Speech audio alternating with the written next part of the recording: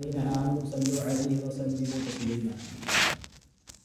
صدق الله العظيم وصدق رسوله الأمين المطيع المعين المبين الكريم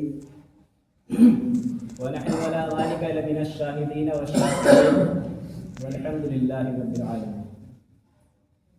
حضرات اکرامی، ابھی بھی میں نے جو آیت کریمہ کی تلاوت کا شرف حاصل کیا، اس کا ترجمہ ہے ان اللہ، بے شک اللہ، وملائکتہ، اور فرشتے، یصلون، درود و سلام پڑھتے ہیں، علی النبی، نبی پر، یا ایھا الذین آمنوا، اے ایمان والو، یا ایھا الذین آمنوا صلوا علیہ وسلموا تسلیما، اے ایمان والو تم بھی اپنے نبی پر درود و سلام پڑھا کرو. آئیے کچھ سننے اور سنانے سے پہلے آقا نامدار مدینہ تاجدار دونوں عالم کے مالک و مختار آمینہ کے لال جناب آمد مجتبیٰ محمد مصطفیٰ صلی اللہ تعالی علیہ وسلم کی بارگاہ میں ہدیہ درود شریف کی ڈالی نثار کریے، پڑھیے باولند آواز سے اللہم صلی علی سیدنا حبیبنا سیدنا مولانا محمد وآلہ وسلم صلو علیہ الصلاۃ والسلام علیک یا رسول اللہ یا حبیب اللہ صلی اللہ تعالی علیہ وسلم. اللہ رب العزت نے حضرت ابراہیم علیہ السلام کو جب بھی کسی کام کو کرنے کے لیے حکم دیا، اسلم، کہ آپ یہ کام کیجیے، اور اسلمت لرب العالمین، حضرت ابراہیم خلیل اللہ نے اللہ رب العزت کے حکم سے اپنی گردن کو جھکا دیا. اسلام کا معنی یہ کہ اللہ کے حکم سے گردن کو جھکانا. ایسے کہ سونا حرام ہوا، تمام صحابی رسول کو معلوم پڑا، مگر ایک صحابی رسول کو نہ معلوم پڑا، تو وہ سونے کی انگوٹھی پہن کر آئے. رسول کریم صلی اللہ تعالی علیہ وسلم نے جب ان سے اپنے رخ انور کو پھیر لیا تو وہ صحابی حیران ہو گئے کہ رسول کریم صلی اللہ تعالی علیہ وسلم نے اپنے رخ انور کو میرے چہرے سے کیوں پھیر لیا؟ تو صحابی رسول نے عرض کیا کہ کیا تم نہیں جانتے ہو کہ سونا حرام ہو گیا؟ صحابی رسول نے ترنت اپنی انگوٹھی کو نکالا اور وہیں پھینک دیا. انگوٹھی پورے دن پڑی رہی. بعد میں کچھ لوگوں نے کہا کہ پھینکا کیوں؟ بیچ کر صدقہ کر دینا چاہیے، کسی غریب کی مدد کر دینی چاہیے. تو صحابی رسول نے عرض کیا کہ جو انگوٹھی نبی کریم صلی اللہ تعالی علیہ وسلم کو پسند نہیں آئی، میں اسے ہرگز صدقہ نہیں کر سکتا ہوں، میں اسے ہرگز صدقہ نہیں کر سکتا ہوں. حضرت علی کا فرمان ہے کہ اگر ایک بوند شراب کسی سمندر میں گر جائے، سمندر ایک ہی ہے، سمندر میں گر جائے اور سمندر کا پانی سوکھ جائے، پھر وہاں پر گھاس اگے، اس گھاس کو میں اپنے جانوروں کو کھلاؤں اور کھلانے کے بعد جو دودھ نکلے، اس دودھ کو بیچنے کے بعد میں اس کی قیمت کو حلال نہیں سمجھتا ہوں. لوگ تو یہاں پتہ ہی نہیں کتنے کتنے بیگھا جوتے بیٹھے ہیں، ان کو تو کسی چیز کا ہوش ہی نہیں ہے. اسی طرح ایک بار صحابی رسول صلی اللہ علیہ وسلم نے عرض کیا کہ حضور ہمارے گھر پہ دعوت میں تشریف لائے. حضور صلی اللہ تعالیٰ علیہ وسلم کے گھر پہ دعوت میں تشریف لائے. حضور کو دستی کا گوشت بہت پسند تھا. انہوں نے عرض کیا کہ دستی لے کر آؤ. صحابی رسول گئے اور دستی لے کر آئے. آپ نے خود کھایا اور صحابی رسول کو دیا. اس کے بعد حضور نے فرمایا جاؤ اور دستی لے کر آؤ. وہ صحابی رسول گئے اور دوبارہ دستی لے کر آئے. پھر حضور نے فرمایا کہ جاؤ اور دستی لے کر آؤ. تو صحابی رسول نے عرض کیا یا رسول اللہ، بکری میں دستی تو دو ہی ہوتی ہیں. اللہ رب العزت کے رسول صلی اللہ علیہ وسلم نے فرمایا کہ میں نے تم سے تو پوچھا نہیں تھا کہ بکری میں دستی کتنی ہوتی ہیں. فرمایا اگر تم جاتے رہتے اور میرا حکم مانتے رہتے تو کل قیامت آ سکتی تھی، لیکن ہانڈی سے دستی نہیں ختم ہو سکتی تھی. کل قیامت آ سکتی تھی لیکن ہانڈی سے دستیاں نہیں ختم ہو سکتی تھی. اللہ کے عزیز نبی حضرت ابراہیم خلیل اللہ، جن کا نام خلیل اللہ پڑا، یعنی اللہ کا عزیز دوست. یہ اس لیے پڑھا، اس کی 4 وجوہات ہیں. پہلی وجہ، آپ اقبال فرماتے ہیں بے خطر آتش نمرود میں کود پڑا عشق، آگ نمرود کی جلائی ہوئی آگ میں اللہ رب العزت کے عشق کی وجہ سے کود پڑے، اس کی وجہ سے آپ کا نام خلیل پڑا. دوسری، آپ کے پاس جتنا بھی مال تھا آپ نے سب مہمان نوازی میں صرف کر دیا، اس کی وجہ سے آپ کا نام خلیل پڑا. آپ کے پاس جو آپ کا بیٹا تھا حضرت اسماعیل علیہ السلام، اس کو آپ نے خدا کی راہ میں قربان کرنا چاہا، اس کی وجہ سے آپ کا نام خلیل پڑا، اور آپ نے اپنے دل کو اللہ رب العزت سے اس قدر جوڑ دیا، اس قدر ان کی یاد میں لگا دیا کہ پھر کچھ یاد ہی نہ رہا، اس کی وجہ سے آپ کا نام خلیل پڑا۔ یہ 4 وجہ ہیں۔ آئیے پہلی وجہ کہ ابراہیم خلیل اللہ آگ میں کیوں کودے تھے۔ حضرت ابراہیم خلیل اللہ کا دور تھا بت پرستی عروج پر تھی، تمام لوگ اپنے بتوں کی پوجا کرتے تھے۔ حضرت ابراہیم خلیل اللہ منع کرتے تھے لیکن لوگ نہیں مانتے تھے۔ اب چونکہ آپ اس وقت کے نبی تھے تو آپ باطل کو کہاں برداشت کر سکتے تھے۔ لوگ ان کا ایک بت کتا تھا، وہاں پر انہوں نے اپنے اپنے بت پسند کے بت ٹانگے ہوئے تھے، اور اپنا جب بھی وقت نکلتا تو کہتے تھے کہ نکل کے آتے تھے، کہتے تھے یہ میرا خدا، یہ میرا خدا، یہ میرا خدا، تمام بتوں کو عبادت میں مصروف تھے۔ ایک دن حضرت ابراہیم خلیل اللہ کندھے میں کلاڑا لے کر اندر تشریف لے گئے، جتنے بت تھے سب کو نست و نابود کر دیا۔ اس کے بعد جب یہ خبر نمرود کے پاس پہنچی تو نمرود نے کہا کہ کون تھا، کیونکہ اس وقت CCTV کیمرے تو ہوتے نہیں تھے، تو پتہ لگاؤ کون تھا، اس کے پاؤں کے نشان لو، پتہ کرو بستی میں کون آیا تھا، کون گیا تھا۔ تو ایک شخص کھڑا ہوا کہ ایک شخص ہے جو ہمارے بتوں کو برا بھلا کہتا ہے، مجھے لگتا ہے یہ اسی نے کیا ہے۔ تو نمرود نے کہا کہ اس کو لے کر آؤ، لیکن ابراہیم خلیل اللہ خود تشریف لے آئے۔ تو ابراہیم خلیل اللہ سے جب پوچھا گیا ہے کہ یہ تو تھا تم نے کیے، یہ بتوں کا بیڑا غرق تم نے کیا ہے، تو ابراہیم خلیل اللہ نے عرض کیا کہ جو کندھے پر کلہاڑا رکھا تھا اس سے ہی پوچھ لو کہ یہ کس نے کیا ہے۔ آپ کی زبان سے اس وقت ایک الفاظ نکلے مسکراتے ہوئے، اس کو قرآن نے نظر کیا ہے، یؤسکم اللہ اف لکم ولما تعبدون من دون اللہ، اف لکم افسوس ہو تجھ پر، اف لکم ولما تعبدون من دون اللہ، افسوس ہو تجھ پر اور من دون اللہ پر۔ من دون اللہ کا معنی اللہ کے سوا، اللہ کے علاوہ۔ اب یاد رکھیے جو چیز اللہ کے علاوہ ہے وہ سب من دون اللہ ہے۔ اب ہمارے دور حاضر میں ایک مخلوق ایسی آئی ہے جو کہتی ہے، اب من دون اللہ کا معنی چونکہ جہاں جہاں قرآن میں من دون اللہ آیا ہے اس کا معنی ہے یا تو کفار یا بت، لیکن وہ مخلوق کہتی ہے کہ نہیں، من دون اللہ کا معنی ہے نبی اور ولی۔ نبی اور ولی کچھ نہیں کر سکتے ہیں۔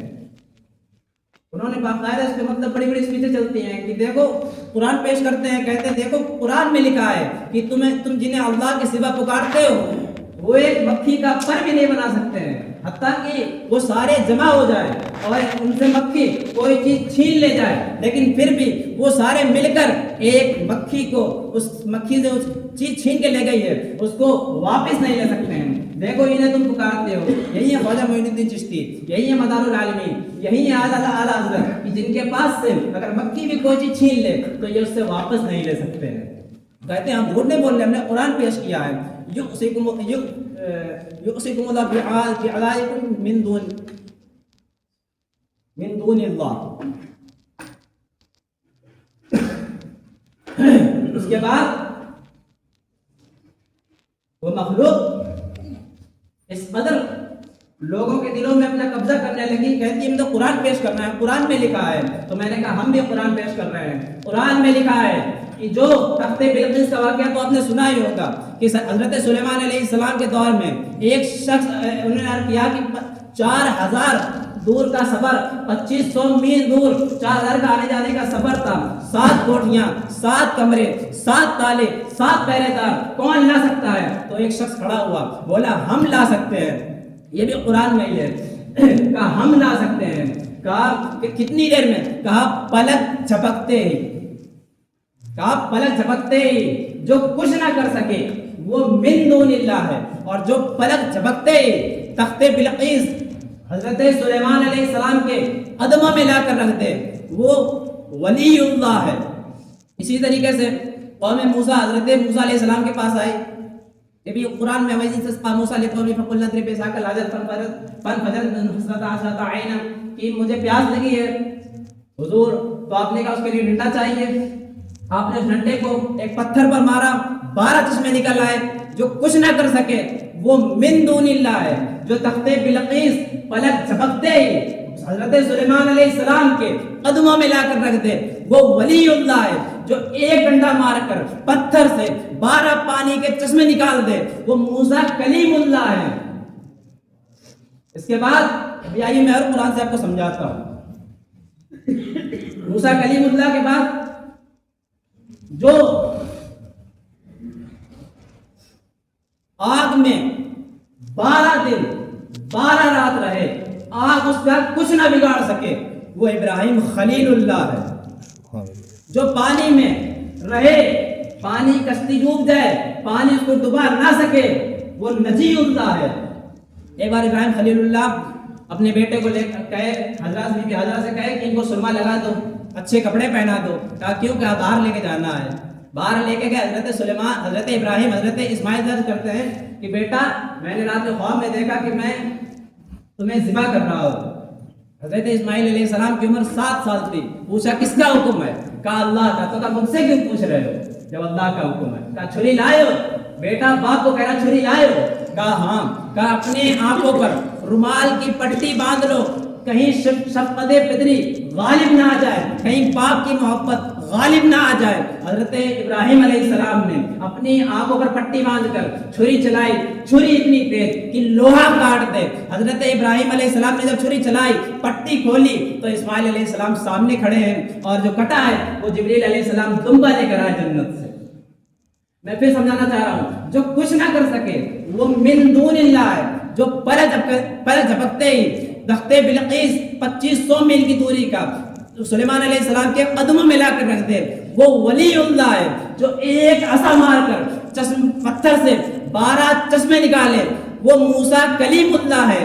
جو 15 دن 15 راتیں آگ میں رہے, آگ اس کا کچھ نہ بگاڑ سکے وہ ابراہیم خلیل اللہ ہے. جو پانی میں رہے, پانی اس کو ڈبا نہ سکے وہ نجی اللہ ہے. اور آئیے قرآن سے پیش کرتے ہیں. اور جو جسے چھری اثر نہ کرے وہ ذبیح اللہ ہے. اور قرآن نے کہا حضرت عیسیٰ علیہ السلام قبر پر ٹھوکر مار کر مردوں کو زندہ کر دیتے ہیں.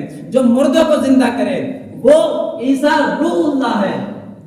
جو کچھ نہ کر سکے, سمجھنے کی بات ہے, جو کچھ نہ کر سکے وہ من دون اللہ ہے. جو تخت بلقیس 1500-2500 میل کی دوری کا ایک پل میں لا کر حضرت سلیمان کے قدموں میں لا کر رکھ دے وہ ولی اللہ ہے. جو ایک عصا مار کر پتھر سے 12 پانی کے چشمے نکالے وہ موسیٰ کلیم اللہ ہے. جو 15 دن 15 راتیں آگ میں رہے, آگ اس کا کچھ نہ بگاڑ سکے وہ ابراہیم خلیل اللہ ہے. جسے پانی نہ ڈبا سکے وہ نجی اللہ ہے. جس پر چھری نہ اثر کرے وہ ذبیح اللہ ہے. جو ایک ٹھوکر مار کر مردوں کو زندہ کر دے وہ عیسیٰ روح اللہ ہے. کل قیامت کے دن ایک سجدہ کر کے پوری امت کو بخشوائے وہ محمد الرسول اللہ ہے.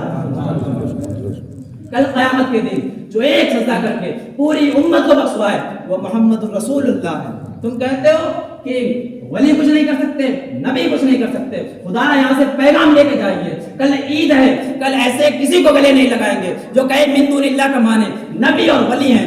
جو کہے ولی کچھ نہیں کر سکتے ہیں, ایسوں کے گھر پہ نہیں جائیں گے, ایسوں سے مخاطب نہیں ہوں گے, ان سے گلے نہیں ملیں گے. جو کہتے ہیں نبی اور ولی کچھ نہیں کر سکتے ہیں. کل آج جمعۃ الوداع ہے. آج تھوڑی دیر بعد رمضان ہمارے درمیان سے رخصت ہو جائے گا. تمام لوگ جو 11 مہینے عبادت سے محروم رہتے ہیں وہ اس صرف 11 مہینوں میں صرف 1 مہینہ عبادت کرتے ہیں. کچھ لوگ تو اس سے بھی محروم رہ جاتے ہیں. ابھی تھوڑی دیر میں پچھلی سال رمضان کے مہینے میں نہ جانے کتنے لوگ ہمارے ساتھ تھے جو روزے بھی رہے تھے, عبادات بھی کیے تھے, لیکن وہ اس سال ہمارے ساتھ رمضان میں نہیں ہے, وہ اللہ کو پیارے ہو گئے. اس کے بعد نہ جانے اگلی سال ہمارے درمیان جو بیٹھے ہیں کون ہوگا کون نہیں ہوگا. یہ مہینہ استغفار کا ہے, اللہ سے معافی مانگنے کا مہینہ ہے. اللہ رب العزت کے بارگاہ میں گڑ گڑا کر توبہ کرنے کا مہینہ ہے. اب چونکہ چاہیے تو جماعت الوداع کو تقریر کرنے کو، لیکن سمجھانا یہ تھا کہ مہینے 12 بھی عبادات تبھی قبول ہوگی جب آپ کا عقیدہ ٹھیک ہوگا۔ آپ کہیں کہ نبی کچھ نہیں کر سکتے اور آپ پورے 12 مہینے سجدے میں پڑے رہیے، آپ کی عبادات قبول نہیں ہوگی، حتیٰ کہ ہم تو آپ کو مسلمان بھی نہیں مانتے۔ دوسری بات، تمام لوگوں میں خوشی کے لہر دوڑے گی مغرب کے بعد، آج تقریباً چاند نکلنے کا چانس زیادہ ہے، بچوں میں اور زیادہ خوشی کے لہر دوڑے گی، لیکن ذرا سوچنا اسی وجہ سے تھوڑا دور ہٹ کے قبرستان میں آج چیخ پکار کا ماحول برپا ہوگا، مردے جان رہے ہوں گے کہ تھوڑے ہی لمحوں کے بعد جو گنہگار تھے، جو مسجدوں میں نہیں آیا کرتے تھے، جو استغفار سے غافل تھے، ان پر بھی اسی مہینے کی برکت سے رحمتیں نازل ہو رہی ہیں۔ لیکن ابھی تھوڑی دیر بعد جیسے یہ مہینہ گزرے گا، لوگوں میں خوشی کی لہر دوڑے گی، تبھی مردوں پر عذاب نازل کر دیا جائے گا جو گنہگار تھے۔ خدایا یہاں سے جائیں تو زیادہ سے زیادہ قبرستان پر حاضری دیں، اپنے والدین یا دادا پردادا کی بخشش و مغفرت کرائیں، ان کے لیے اصالہ ثواب کریں، اور عیدگاہ جاتے وقت ایک تسبیح ہے، اللہ اکبر اللہ اکبر اللہ اکبر اللہ اکبر وللہ اللہ اکبر اللہ اکبر اللہ اکبر اللہ اکبر وللہ الحمد۔